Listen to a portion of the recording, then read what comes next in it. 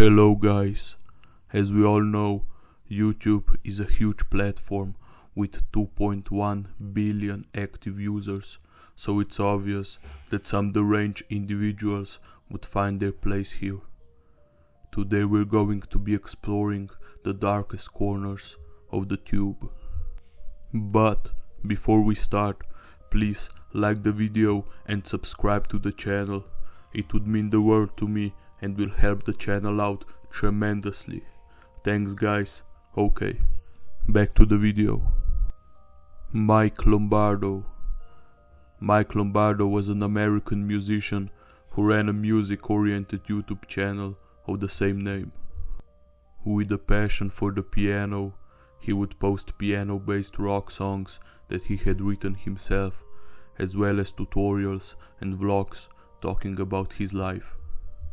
He wasn't at all what you would call a big name here on YouTube, but he did catch the attention of DTBA Records, who gave him the means to record his first studio album called Songs for a New Day in 2010. So in the following year, he would continue recording and even released a live album recorded in a coffee shop in Philadelphia. Although his fanbase wasn't huge, there were a lot of very young girls who were obsessed with the singer, and he very well knew how to manipulate them, and it was that led to his eternal downfall.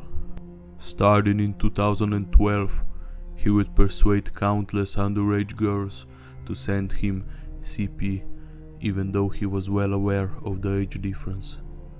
He was finally arrested on 11 counts of CP and spent his time in prison for 5 years.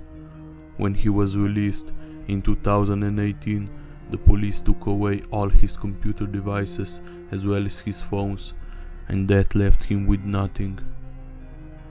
In 2023, he is just YouTube's bitter memory. Jared Lee Loughner. Not a big YouTuber by any means, but a very significant one when it comes to a list like this. Jared was a man with substance abuse problems from Tucson, Arizona, attending Pima Community College, and it was there that he would film his first YouTube video. The video consisted of him wandering around college and rambling some nonsense about how college in the US is equal to genocide and that it should be illegal and banned. When the school got a hold of the video, they took it down and suspended Jared until he got psychiatrically evaluated. He refused and instead dropped out of college altogether. Now, with a lot of time on his hands, he would post countless videos to YouTube criticizing American college as well as the USA government, and on January 8, 2011, he committed one of the worst mass shootings in the US history. Unarmed Jared drove to the location where the US representative Gabby Giffords was giving a speech and decided to open fire, shooting Gabby in the head and in the process killing 19 other innocent people. Miraculously, Gabby would survive the bullet to the head, and Jared Lee Loughner got life in prison without the possibility of parole. To this day, he hasn't shown any remorse for his actions. PekkaEric Aalinn. At first, Pekka seemed like a normal enough child, born and raised in Tuusula, Finland, in a middle-class family home, but in high school, his personality completely changed. He started to idolize Nazism and was a supporter of white supremacy as well as other extremist views.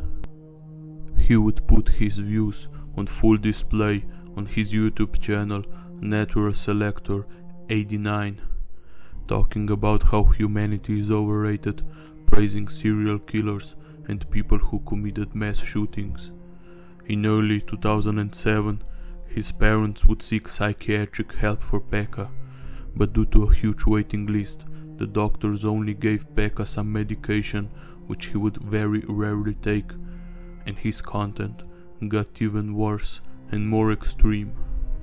So much so that YouTube would take down his channel, but that didn't stop Pekka from sharing his message to the world, cause on the same day he would create another account, Stormgeist89, where he would upload the same content as well as some videos of him shooting firearms in the forests of Finland.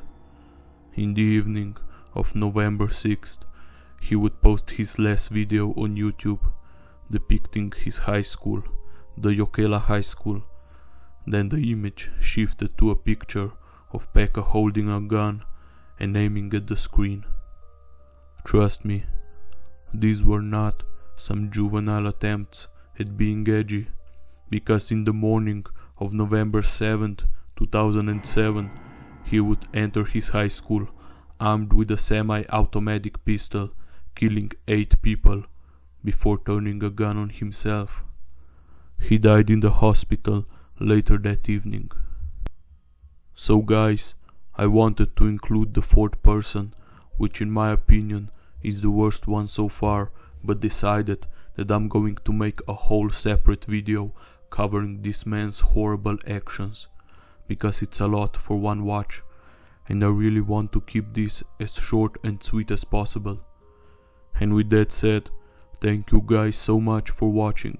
If you enjoyed the video, hit that like and subscribe to the channel, and I will see you in the next one.